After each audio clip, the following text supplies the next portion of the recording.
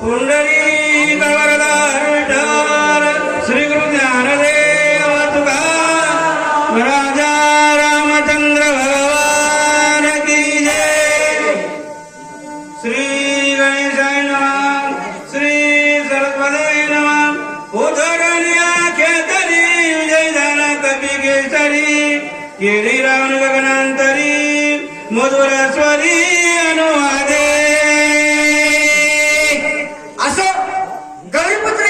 कौशल्यपुत्र रघुनंदन साष्टांग नमस्कार करून महारुद्र हनुमंतरायाच्या चरणी पंडित गुरु महाराज मार्गीकर यांच्या गुरु प्रसाद आशीर्वादाने किंवा मारुतराव महाराज अस्तापूरकर यांच्या आशीर्वादाने मोतीराम महाराज बाबा यांच्या आशीर्वादाने असो कथा परिसदा रामायण पूर्वज उधरती जाण पूर्वजांचे नवन कोण उधरेल संपूर्ण त्रिजगती कथा अशी चाललेली आहे की कोणीही मायबापाने श्रुती मंडळीने झोपण्याचे प्रयत्न करू नये।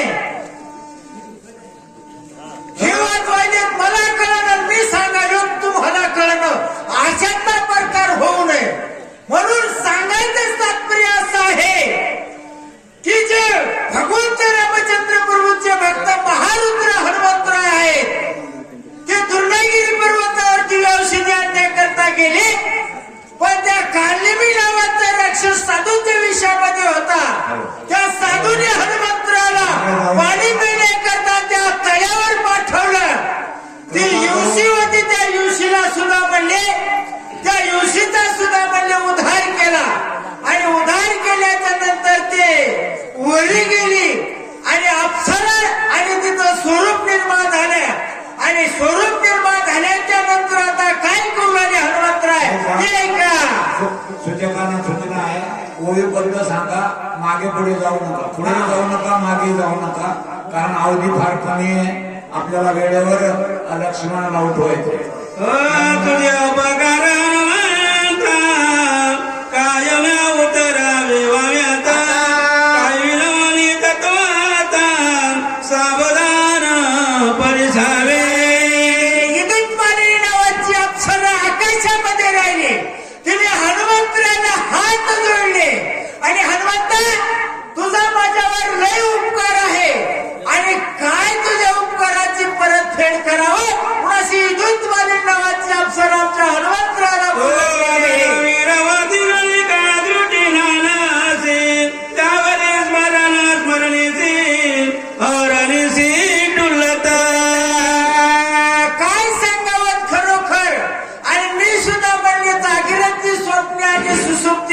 तिन्ही अवस्थेमध्ये हनुमंता मी तुझी वाट बघत होते पण खरोखर आज माझं भाग्य उदयावर आलं आणि तुझ्या योगाने माझा उद्धार झाला। माझा उद्धार केला म्हणून मी तुला एक उपाय सांगते अशी विद्युतवाणी नावाची अप्सरा बोललेली आहे।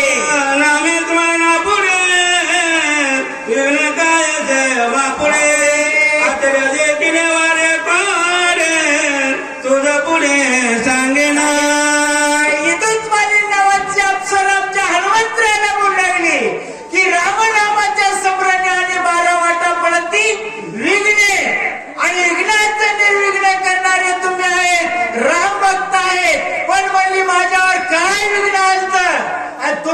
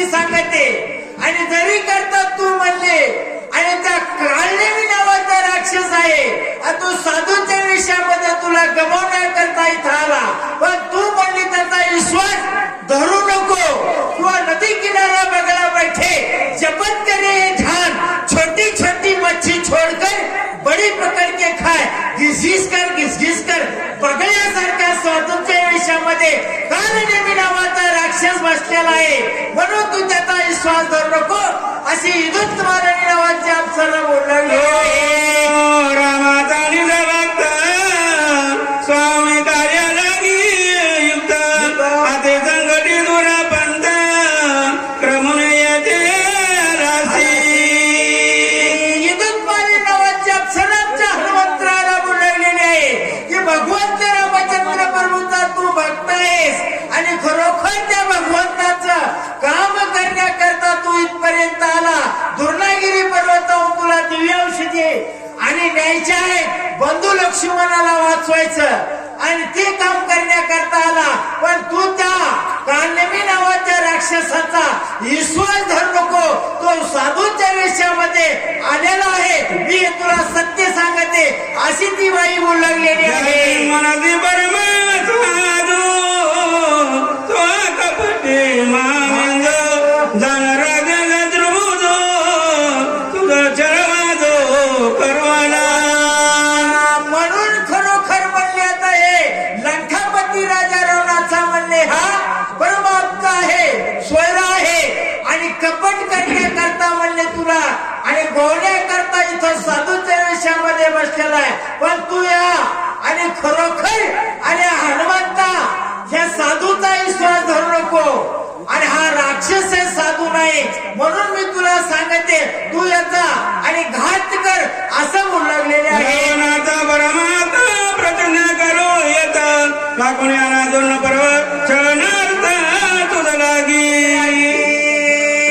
म्हणून म्हणले आता तू दुर्नागिरी पर्वताची औषधी आणण्याकरता आलेला आहेस पण म्हणले आणि या दुर्नागिरी पर्वताच्या पठाराला साधूच्या वेशामध्ये बसलेला आहे पण तुला रात्रभर गमावणार आहे आणि सूर्य उदय झाला की म्हणले तुझं स्वामीचं काम होणार नाही म्हणून म्हणले समजा काम म्हणले नसेल म्हणून तू त्याकरता माझा आई असे दुत्माने नावाच्या अप्सरा हनुमंतराला बोलायले काळनेमी राक्षस ब्राह्मण रूपे तापत धरून याला कावर वेच आती दुर्गा पापी युद्धमाने नावाची अप्सरा मंडळी हनुमंता अहो एखादा भ्रमर असतो ऋषी त्या ऋषी सारखा म्हणजे तापस्वी आहे आणि जसा तापस्वी ऋषी तप करायला बसतो तसा हा काळनेमी नावाचा राक्षस साधूच्या वेशामध्ये बसला अहो काय सांगावं अहो बघू के समूह आणि हात में चंबू म्हणले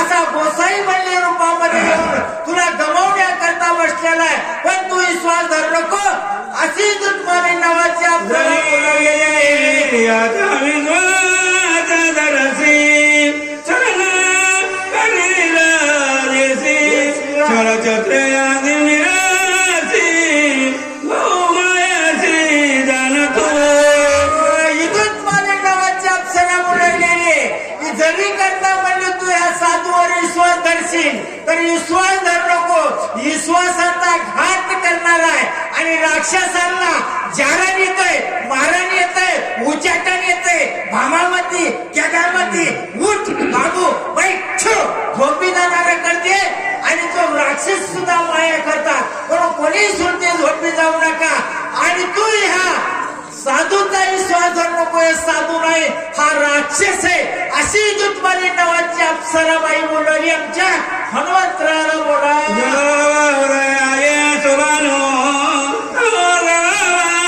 अभिनंदन कमारा पण करून याला युद्धमाने नावाची अप्सरा बोलवली हनुमंतरा हा कालनेमी नावाचा राक्षस आहे लंकापती राजा रावणाला सांगितलं अर्ध राज्य देतो आणि खरोखर म्हणले आणि एवढं माझं काम कर म्हणून पण करून इथं आला तुला गमवण्याकरता सूर्य उदय होईपर्यंत आणि जरी करता हनुमंत हनुमंत नाही गमला तर त्याचं काहीतरी कपट करून त्याचं आणि निर्दळन करते हनुमंताचं म्हणून असा फन करून आला अशी इदुत्माली नावाची अप्सरा आमच्या हनुमंतराला सांगू लागलेली आहे. माझे वचन वदिमा पापी दुर्जना मारे जागरी रविघ्न सत्यदान कपिनाथा. इदुत्माली नावाच्या अप्सरा आमच्या हनुमंतराला हात जोडून बोलू लागलेली आहे की मी तुला सत्य बोलते आज सत्य बोलत नाही आणि खरोखर कान्यमी नावाचा राक्षस आणि कपट रूपाने इथं आलेला तुला गमावण्याकरता आणि विश्वास धरू नको याचा अशी ती बाई बोलू लागलेली आहे. बोलणी सुंदरी गेली अंतरी गगनांतरी काकटला तो अंतरी कवी गे जरी अति विस्मिता. अशी दुत्मालिनी नावाची अप्सरा आमच्या हनुमंतरायाला बोलली आणि तू विश्वास धरू नको आणि विश्वासाचा घात करणारा हा कान्यमी नावाचा राक्षस साधूच्या वेशामध्ये आहे. अजिबात झोपले काय तुम्ही चष्म्यावाल्या झोपू नका तुमच्या बरोबरच्या बाकीच्या सुद्धा झोपताना मावल्या म्हणून सांगायचे तात्पर्य आणि तोही सुद्धा म्हणले आणि विश्वासाचा घात करणारा कान्यमी नावाचा राक्षस साधूच्या वेशामध्ये आणि हात जोडून मी तुला विनंती करते अशी बाई म्हणली आणि वरी आकाशामध्ये ती गुप्त झाली एखाद्या विजयसाठी. आचार्यावर कपी नंदना विचारा जरी राणी जमना दुटदना लगोली. इदुत्मालिनी नावाच्या अप्सरेनं सांगितल्याबरोबर आमच्या हनुमंतराय मनामध्ये चाकाटले म्हणजे विचार केला खरंय का म्हणले त्या बाईचं का खोटं आहे हे तरी बघू आपण म्हणून आमच्या हनुमंतरायनं मनामध्ये निश्चय ठेवला निश्चयाचे बळ आणि तुका म्हणे त्याची फळ म्हणून सांगायचेच तात्पर्य आमच्या हनुमंतरायनं निश्चय धरला ज्या ठिकाणी साधू होते त्या साधूकडे आमच्या हनुमंतराय जाणार. बोला स्मरणी रघुनाथा राजा दुलावलोकिता समोर उडाली कवटता श्रीरामदूताचे निवेली. आमच्या हनुमंतराच्या मुखामध्ये श्रीराम जय राम जय जय राम. अहो काय सांगावं असं रामनामाचं चिंतन करीत आमच्या हनुमंतराच्या साधूकडे गेले.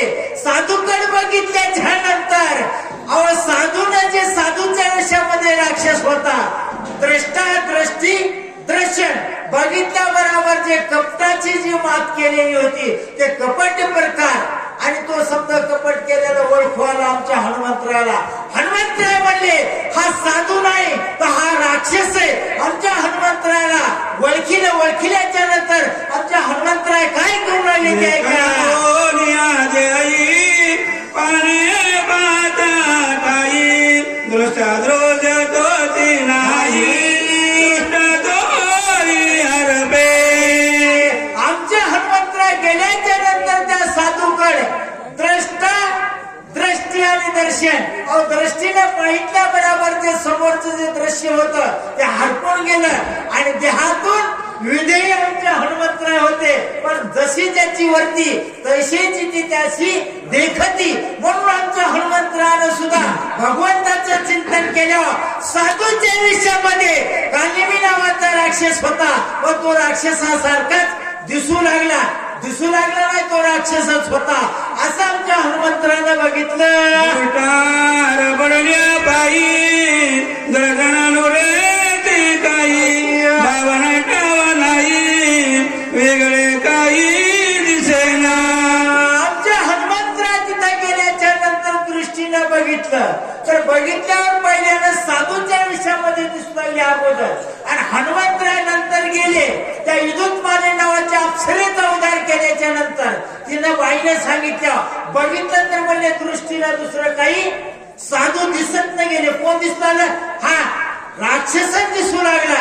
मग हनुमंतराय काय म्हणू लागले वय परिचना तरी वाद दृश्यवाना झाल्या त्रिपुटी बोलवाना कपटातील ते कैते जे दृष्टीमध्ये आहे आणि तेच माणसाला समोर दिसत नाही आपल्याला ज्या गावाला जायचं त्याच गावची माणूस पाठी बघत आहे, दुसऱ्या गावची पाठी एसटीची बघत नाही आणि दुसऱ्या एसटी मध्ये बसत नाही.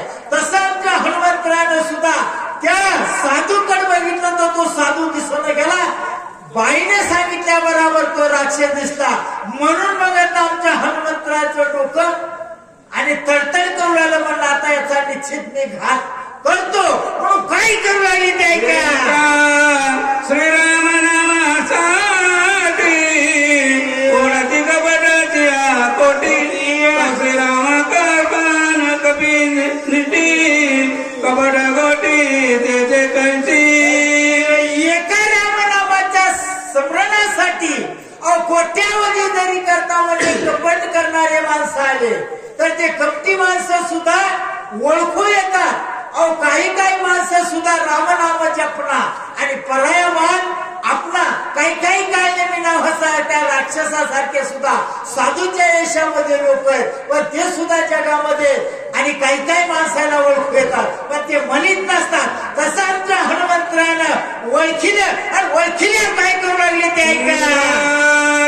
पाया तो कपिंद्र दिसतो राजसुर महापापी दुराचार त्वर मारिना. आमच्या हनुमंतरायानं आणि त्या साधूकडे बघितल्याच्या नंतर तो राक्षस दिसून आला, व्यासूर दिसून आला. काय सांगावं, दात म्हणले तर मुसळासारखे, केस म्हणले तर भाल्यासारखे, रंग म्हणले तर म्हणले कोळशासारखा.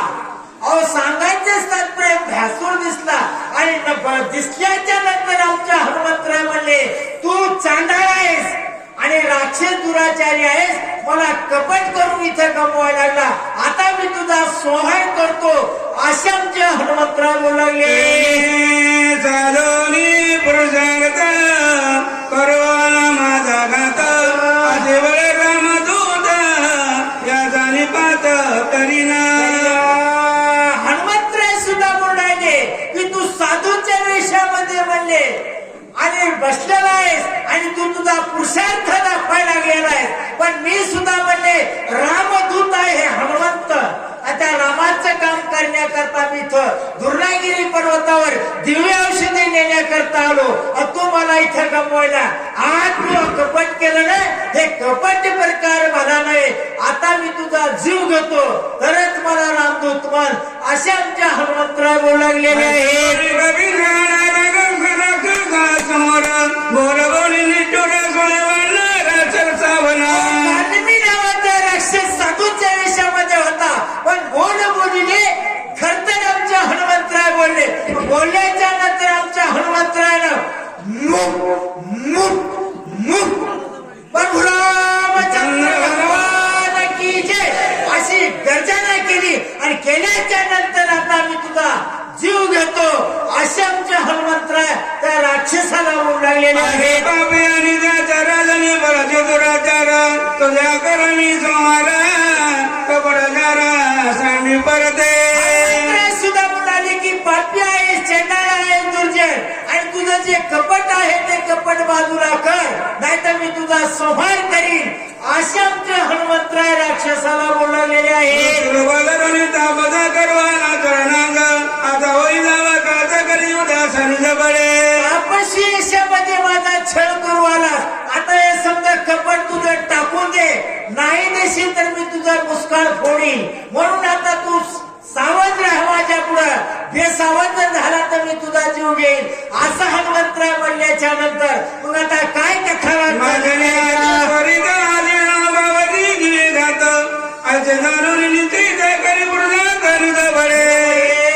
आमच्या हनुमंतराय बोलल्याच्या नंतर जे राक्षस का नेहमी नावाचा राक्षस होता त्यानं ते आपला आता पुरुषार्थ पहिला जे आहे ते पुरुषार्थ आमच्या हनुमंतरायाला काय दाखवून आला आणि हनुमंतराय आता काय करू लागले ते ऐका. बोलानी मारुती सरसावला राक्षस मूर्ती रणे दिंगावया कविव्रती साठोबाची ती मांडीला. कालिमी नावाचा राक्षस होता, त्या राक्षसानं सुद्धा म्हणले आता ते आपला पुरुषार्थ दाखविण्याकरता आणि तो आता हनुमंतरायापुढे ते आपलं स्वरूप आणि आता पहिल्यासारखं आणि लागला कसं